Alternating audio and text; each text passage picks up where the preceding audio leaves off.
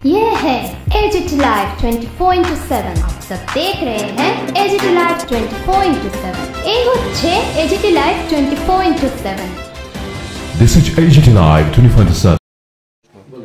এই GRBT group D যেটা মানে ভেরিফিকেশনও প্রায় শেষ কমপ্লিট, কবে নাগাদ নিয়োগ হতে পারে? আমরা তো আমাদের দপ্তরের কাজ হচ্ছে পরীক্ষা নেওয়া এবং তাদেরকে যে দপ্তরের জন্য আমরা নিয়েছি, আমরা জিআরবিটি গ্রুপ ডি বা গ্রুপ সি দুটাই আমরা আমাদের দায়িত্ব ছিল শুধুমাত্র তাদেরকে মানে এক্সাম করানো। এক্সাম করিয়ে আমরা যে যে দপ্তর আমাদেরকে রিকোয়েশন দিয়েছিল সমস্ত দপ্তরের হাতে আমরা তুলে দিয়েছি। এখন সেই দপ্তর সমস্ত নিজেদের দপ্তর, তারা সেটা কবে তাদেরকে কাজে যোগ দেওয়া হবে সেটা তাদের বিষয়।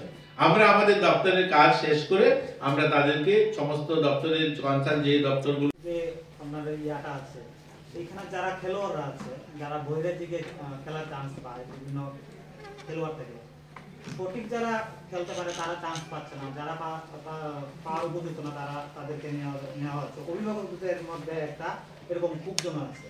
দেখুন, এরকম তো বলা খুব মুশকিল, কারণ এটা তো নেওয়ার একটা পদ্ধতি রয়েছে।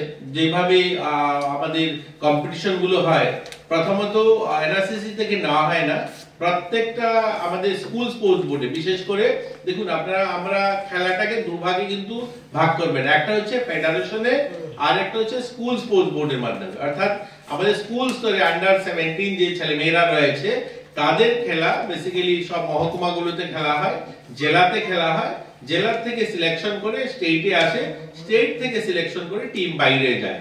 এটা হচ্ছে একটা পদ্ধতি আমাদের স্পোর্টস দপ্তর থেকে। আরেকটা ব্যবস্থা হচ্ছে বিভিন্ন এসোসিয়েশন বা ফেডারেশনের মাধ্যমে যায়। এসোসিয়েশন বা ফেডারেশনের মাধ্যমে সিলেকশনটা ঠিক আমরা যেভাবে করি এরকম নয়, তারা তাদের মতো করে করে সেখানে পাঠায়, কিন্তু সেটা তারা কাদেরকে নিয়ে যায় সেটা কিন্তু দায়বদ্ধতা আমাদের দপ্তর নয়, আমরা সেটা করিও না।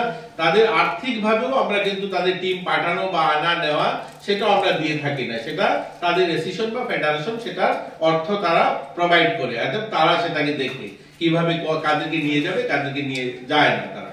কিন্তু আমাদের স্কুল স্তরে যেটা হয়, আমাদের আন্ডার 17 যে বাচ্চারা খেলাধুলা করে সেটা আমাদের অফিসিয়াল ভাবেই সিলেকশন হয়। সেখানে আমরা যে ব্যবস্থা বললাম যে প্রথমত বিভিন্ন মহকুমাতে হয়, তারপরে জেলাতে হয়, জেলার থেকে রাজ্য স্তরে সেই কম্পিটিশন হয়, সেখান থেকে নিয়ে যাওয়া হয়।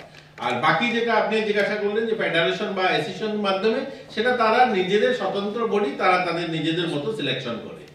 ক্রীড়া দপ্তরে একদিকে নতুন কোন লোক নেওয়া হবে, কতজন লোক নেওয়া হয় সেটা পদ্ধতি আছে? দেখুন, ইতিমধ্যে ক্রীড়া দপ্তরে আমরা আমাদের ক্যাবিনেট মঞ্জুরি দিয়েছে 300 জনের মতো আমাদের পিআই রয়েছে, ফিজিক্যাল ইনস্ট্রাক্টর। খুব শীঘ্রই সেটা পত্রিকাতে বিজ্ঞাপন দেওয়া হবে এবং তাদেরকে নেওয়ার যা প্রক্রিয়া সেটা শুরু হবে খুব শীঘ্রই 300 জন। আর কন্ট্রাকচুয়ালি মাঝে মধ্যে নেওয়া হয়, যেখানে মাঠে প্রয়োজন পড়ে, মনে হয় যে সমস্ত মাঠে শর্টেজ থাকে বা খেলার কারণে কন্ট্রাকচুয়ালি কিছু কোচ বা জুনিয়র কোচ নেওয়া হয়। আর আমাদের এখানে আপনারা জানেন যে শাহিরও কোচিং সেন্টার রয়েছে, তারাও মাঝে মধ্যে কন্ট্রাকচুয়াল কোচ নিয়ে থাকেন, এবং আমাদের খেলো ইন্ডিয়া স্কিমে কিছু কোচ নেওয়া হয়। তো এগুলো আলাদা আলাদা স্বতন্ত্র সংস্থা, সবাই তারার মতো করে নিয়ে থাকে। 300 জন পিআই নেওয়া হবে, জুনিয়র পিআই বা 300 জন পিআই নেওয়া হবে, জুনিয়র পিআই প্রথম